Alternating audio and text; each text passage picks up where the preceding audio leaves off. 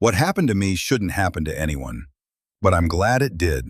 I was once a mere shadow in the eyes of my neighbors, a frail old woman tending to an overgrown farm in Wilton County. They called me Miss Etta, the lady with peeling paint and corroded fences, unaware that I was more than just a relic of the past. I was a war veteran and a legendary sniper, the protector of my dwindling patch of earth that had been in my family for generations.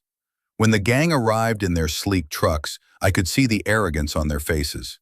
Mason Crowley, their leader, had the gall to offer me cash for my land, his smile dripping with condescension. To him, I was just an old woman, easy prey. But as I stood on that weathered porch, unwavering, I felt the fire of my past reignite. The audacity of their threats only fueled my resolve.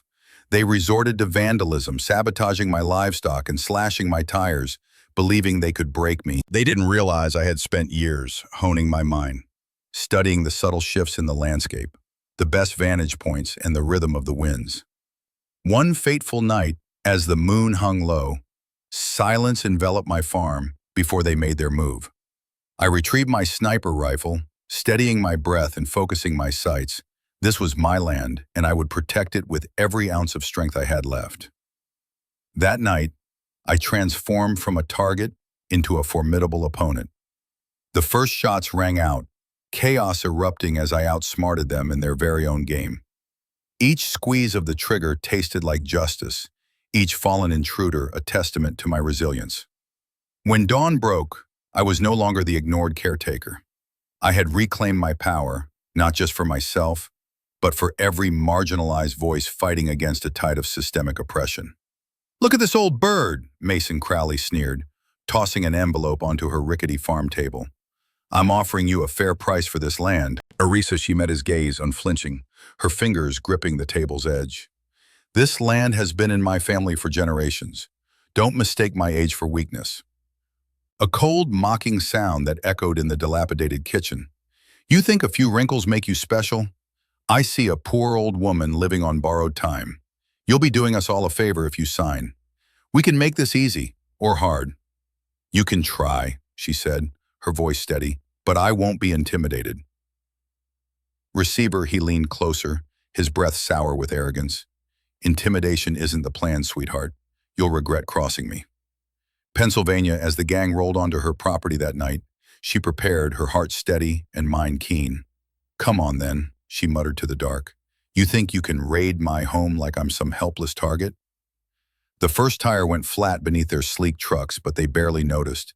"Old hag thinks she's clever," Mason chuckled, unaware of the mounted sniper's nest 200 yards away. The silence shattered with her first shot, the precision so shocking it sent the gang into chaos. "Not so helpless now, am I?" she whispered, reloading as if performing a chore. One by one, her traps caught the fools, their swagger replaced with fear.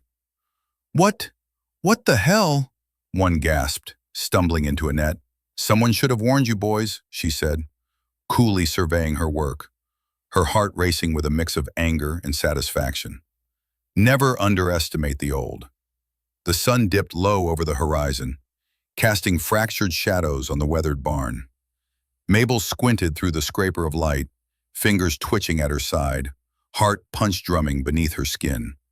The gang had invaded her property again, laughter dancing through the evening air, a cruel melody mocking her solitude. "Just an old woman," Mason sneered, the leader's eyes glinting with contempt. "You're sitting on a gold mine, lady. Sell it and nobody gets hurt." She'd thought those words would ricochet off her like bullets from a silent sniper's nest. Instead, they lodged deep in her chest, igniting a fire she had buried. "Not for sale," she replied, her voice steady, yet trembling like a string pulled too tight. They've come for her land, for her peace, and each threat carved deeper into her spirit. Tire slashing and livestock poisoning became routines, an acerbic playbook of harassment she had long endured. Yet tonight, she pictured setting traps, the thrill of strategy just beyond grasping. The quiet confidence morphed into something raw and uncontainable. Was this what it felt to fight back? A living pulse awoke in her fingertips. Enough was enough. The energy shifted, a low, breathing intensity, preparing to blossom into something fierce and unapologetic. No longer were they simply intruders, they were now the enemy, and she was ready. The ground trembled slightly beneath her worn boots as the gang roared onto her property, engines sputtering with reckless bravado. Standing amid the scattered patches of her garden, Mabel's heart raced, not from fear, but from a simmering sense of purpose. "Ma'am," Mason Crowley grinned, approaching her with an envelope in hand. "You know this farm isn't cut out for someone like you anymore. This can be your last chance." "Last chance?" she echoed, her voice steady but quiet, almost like a whisper of wind through the trees. "This land has seen years of toil and sacrifice. I won't let you take it." Breached, his facade cracked at the edges as she turned away, a flicker of uncertainty passing through him. As the gang escalated their threats, Mabel calmly surveyed her land, eyes narrowing. This was her ground, her blood, and she had faced worse. In the following days, she walked the perimeter, her mind racing with strategies. She unearthed her old sniper rifle, remembering the thrill of precision, the calm of the night air, the weight of her resolve. Position of the raid arrived with heavy silence. Mabel lay prone, heart steadying as she heard them approach, their bravado now a mere echo in her ears. "They're underestimating you," she whispered to herself, raised the rifle, and waited. The first shot rang out, sending chaos through their ranks. For the first time in years, Mabel felt clarity. Each ensuing shot was deliberate, a dance between hunter and hunted. "Get down," one of them shouted, but it was too late. With each small victory, she amassed courage, setting up traps that showcased her strategic mind. One by one they fell, caught in the web of her preparation.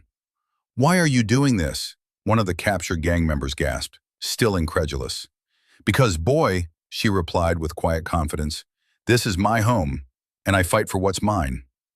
As dawn broke, the air crackled with tension. The gang had underestimated her, again their laughter echoing across the field as they prepared for a raid on her land. They swarmed around her dilapidated farmhouse, confident and cocky, not knowing they were stepping into the territory of Alice McLean, their worst nightmare. Alice peered through the grimy window, her heart steady. Years of military training surged through her veins. There was no fear, only a calm resolve. She had spent restless nights preparing, mentally rehearsing the tactical maneuvers she learned years ago.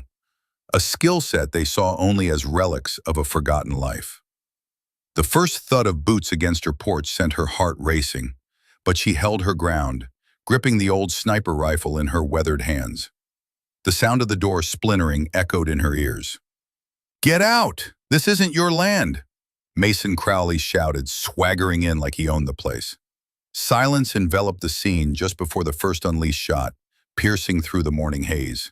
It was Alice's shot, and chaos erupted. The gang members scattered, their confidence dissolving like mist in the sun. Each shot was calculated, each movement deliberate, a dance of survival. Mason shouted commands, but his voice wavered as one by one his crew fell. She had turned the tide using her traps, discarded nails and smoke bombs, masked her precise aim, leaving them scrambling in panic. This was her moment. They thought she was an easy target, a cowardly old woman, but here she stood, unyielding. When the dust settled, Mason found himself cornered. "What now, old lady?" he taunted, but his bravado broke as he realized he had been outmaneuvered. With a gleam in her eye, Alice lowered the rifle, her silent triumph washing over her like a victorious tide. She pulled out her phone, calmly documenting their every misstep, a record that would expose their corruption and her rightful ownership of this land. As sirens wailed in the distance, she turned to Mason, a slight smile breaking through her solemnity. The humiliation painted across his face was a catharsis, a beautifully quiet justice. She had not sought revenge. She had merely reclaimed her power. Standing tall among the fallen, she felt weight lift from her shoulders. The fight was not over, but today, she had won. Today, as I sit on my porch, the sun dipping low over my reclaimed land, I can't help but reflect on the events that transpired. A group of gang members thought they could intimidate me, an elderly woman, into surrendering my home, but they underestimated not just my resolve, but the legacy I carry. Each bullet fired that night was a reminder of my past, a past that taught me fortitude and the importance of standing my ground. This land has stories deeply woven into its soil, stories of strength and survival, and I wasn't about to let them be buried. What I did was driven by a sense of justice, an unwillingness to let threats dictate my fate. However, it's important to consider, was my reaction justified? Did I go too far in defending my home? Have you ever found yourself in a similar situation where you had to stand up for what was right, even when the odds were against you? I invite you to share your thoughts and experiences in the comments. Let's spark a conversation about justice, power, and the lengths we go to protect what we cherish most.